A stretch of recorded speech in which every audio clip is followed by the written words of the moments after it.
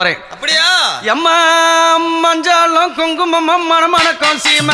சீம சீம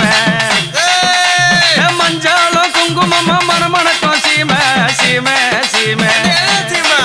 அந்த அழகான அலமரா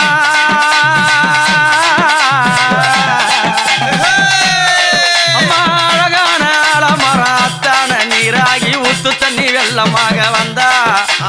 காத்திரவே நல்ல ரூல தந்தா ஊத்து தண்ணி வெள்ளமாக வந்த காத்திரவே நல்ல ரூல தந்தா எம்மா